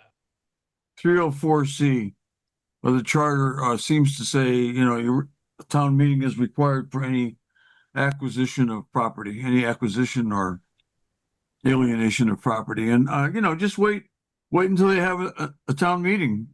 Something else you want to put on the agenda. There's no time limit. The state isn't giving you a time limit on when you have to accept it. Yeah, it's I good. thought they did. Days. It did? 60 days. Oh, Jesus. Who wants So to go then to we town just turn meeting it just down. for that? You got any other items you need to go to town meeting then? No, we're not going to town meeting. So, Okay, well, that's, all right. Well, if that's the case, if we can't look at it as what Eric is thinking as a de minimis transaction because it is so small. Then take it. you could, but I can't recommend that because. Okay, then let the state keep the piece property. It's not going to impact the town. Let's move on. No problem. Okay. 9H, the NIP program request for expenditure. Sure. A town resident, Megan Lawley, was listening to the Board of Selectmen meeting when we were discussing the disposition of the money for the NIP program. What she suggested is that based on the state statute enabling that she proposes a community engagement program that's geared around education for what goes into the storm drain system.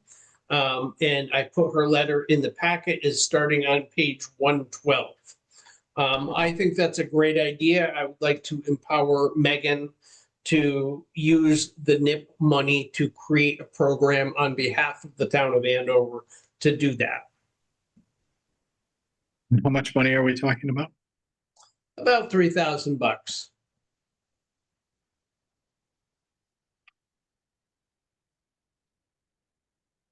And what is the money going to be used for?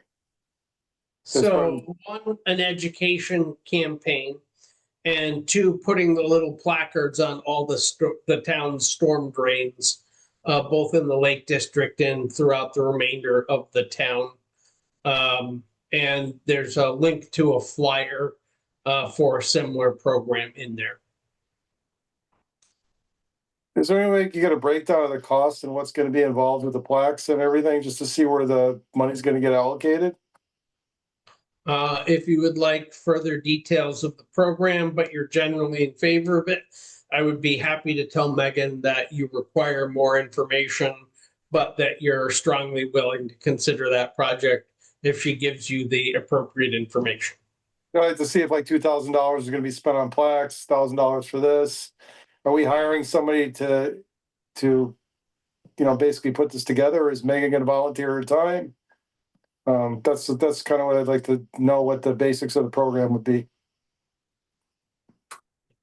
I think she would be volunteering her time for this. She certainly indicated to me that she would do so.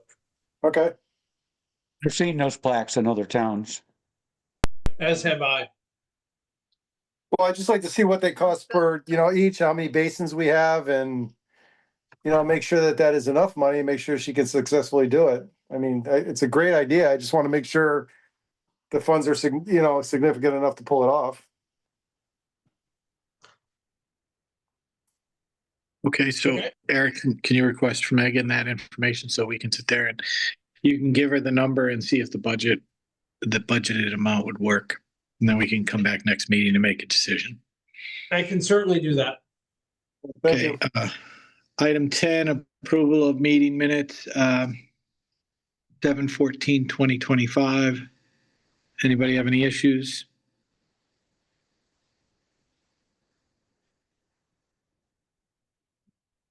All right, I'll make a motion that we approve the Board of Selectmen regular minute meetings for July 14th, 2025. Second. Carol Lee seconded. Further discussion? Ann Cremay, Aye. Carol Lee, Aye. Scott Person, Jeff Murray, Aye.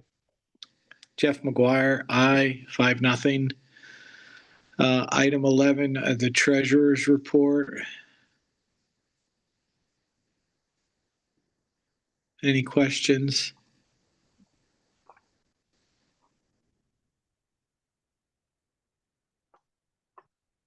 Eric, are there any issues that we should be addressing on the treasurer's report?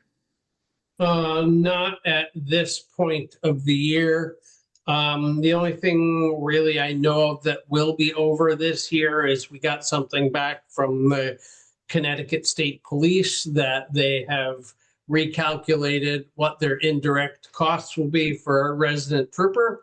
And they're higher than what they estimated as of last January when they gave their assessment. So looking at his contract, it's higher.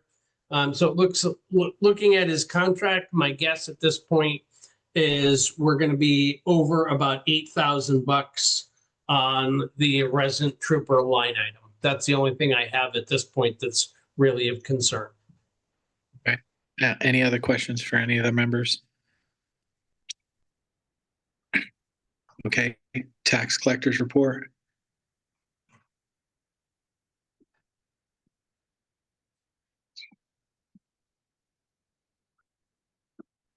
I spoke to the tax collector today. I told her she did a great job on the tax sales. It was a very positive result. I talked to her also, Jeff. Told her the same thing. Did a great job. Yep, that caught us up about $167,000. So that was well appreciated. Do All we right. have authorized refunds or no? So we do have authorized refunds. That is in your packet. I saw that there's only 3. Yep, it's on page 153. There's $18.51 to Frank Chavez $22.83 to Stephen Barnett, and $213.26 to Kevin Kanitas. So the total tax refunds are $254.60. So I'll make a motion that we approve tax refunds that total $254.60 as reported by the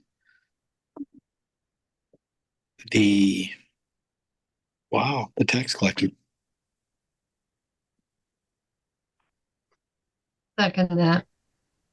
Seconded by Ann Cremay. Further discussion? All those in favor? Ann Cremay, Aye.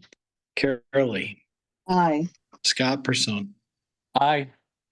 Jeff Murray, I'm an aye. Murray? Aye. okay, Jeff McGuire. Aye, 5-0. Okay. Departmental reports. Does anyone have any questions for the other reports that were included in the packet?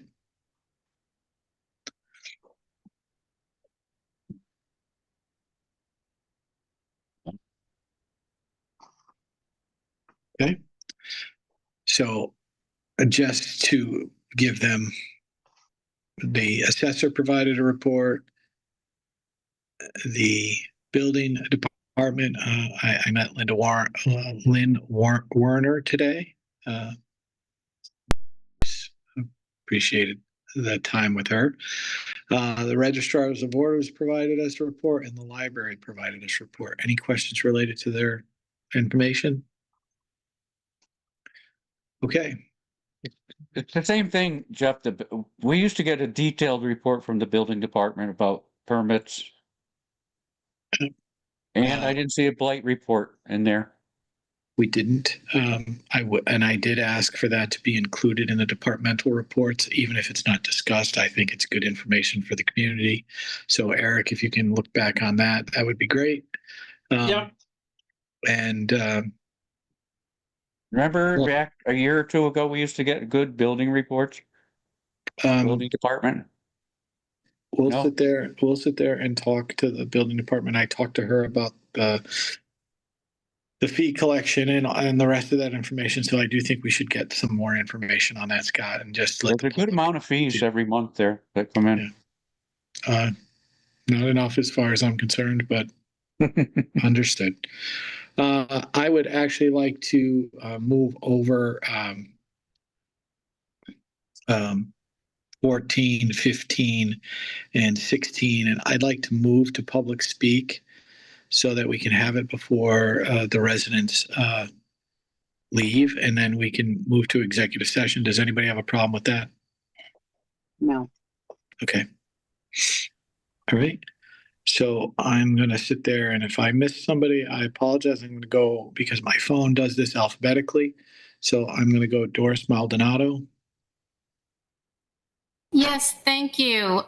We have youth seeking community service hours. While I was at the center, I had a few, and I've been contacted by opportunities in the community. My children themselves began community service when they were in elementary school with Evelyn Repay. Actually, I have older children as well, and it was an incredible connection. I put in the chat the information about the chores program. So Jeff Murray mentioned the wood donations for heating, and that would be a great connection with AHM. They're already doing the work, and they offer these services for senior citizens and in our towns of Andover, Hebron, and Marlboro for the board, and they have it already set up. And the senior centers usually have the application forms. So I encourage everyone to look into that. That would be a wonderful endeavor now that we're going into the fall season.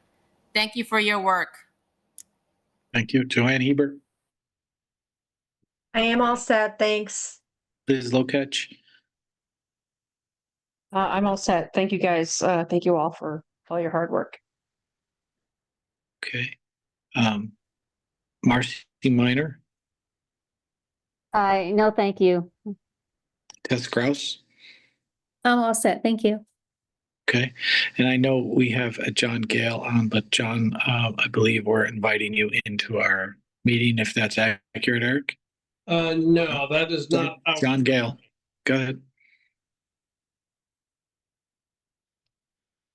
I have no comments. Okay. All right. Diane Grenier just joined also. Well, then let's give Diane Grenier some time on air. Diane Grenier. Can't hear you, Diane. Sorry. Like she's underwater. All right. Diane, I would love to give you time, but we'll have to do that at the Can you next hear me now? meeting. Oh, yes. On There you go. I'm sorry. I On just vacation. got home and it's logged on and I have no comment because I didn't hear any of the meeting whatsoever. So sorry. Enjoy. All right. Okay. So, everyone, thank you very much for the time for staying on with the meeting. I'm gonna, Eric, and before I make this motion, I want to make sure that I'm gonna invite you. I'm gonna invite Attorney O'Brien. Is there anyone else that needs to be invited into our executive session? Not No? at this time. Okay. Everyone else, thank you very much. I appreciate it. I want to make a motion that we move to executive session to discuss the pending request for an employment appeal hearing. Someone has to second that. Second. Carol Lee has seconded that. All those in favor, Anne Creme. Aye. Oh, I'm sorry. I have to rephrase that. I make a motion to go into executive session and invite Town Administrator Eric Anderson and Town Attorney Dennis O'Brien. Now, Carol. Now you second it. All right. Anne Creme. Aye. Carol Lee. Aye. Scott Person. Aye. Jeff Murray. Aye. Jeff McGuire. Aye. 5-0. Everyone, thank you very much. Eric, if you can stop the recording once we get everybody either in the waiting room, which would be if anybody Recording stays on. stopped. We are exiting executive session at 9:30. I'm going to speak to Attorney Gale and Tess. Before I make a motion to schedule the time for the hearing, I just want to, we're looking at September 2nd at 3 p.m. in the community room. And before I make the motion, do Attorney Gale or Tess, do you have a problem with that date?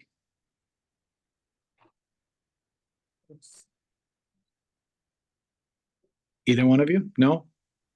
Okay, then. Excuse me, Jeff. Yeah, hi, Tess. Hi. Did you have a time on that date, please? 3 o'clock. 3 o'clock and the date again, September. September 2nd. Thank you. That is the Tuesday after Labor Day? Correct. Yes, sir. Not a problem. Thank you. Not a problem. Okay. And Attorney Gale, the way I'm going to word the motion is that council, even our labor attorney who we anticipate having present, I just need to make sure that that's okay with him. But if there are any conflicts, we'll schedule it as soon as both councils are available.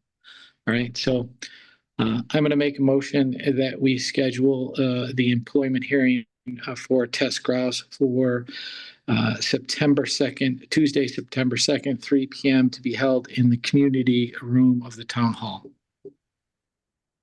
Second, Jeff. Scott Persona seconded. Further discussion? No. We're going to vote. Anne Creme. Aye. Carol Lee. Aye. Scott Persona.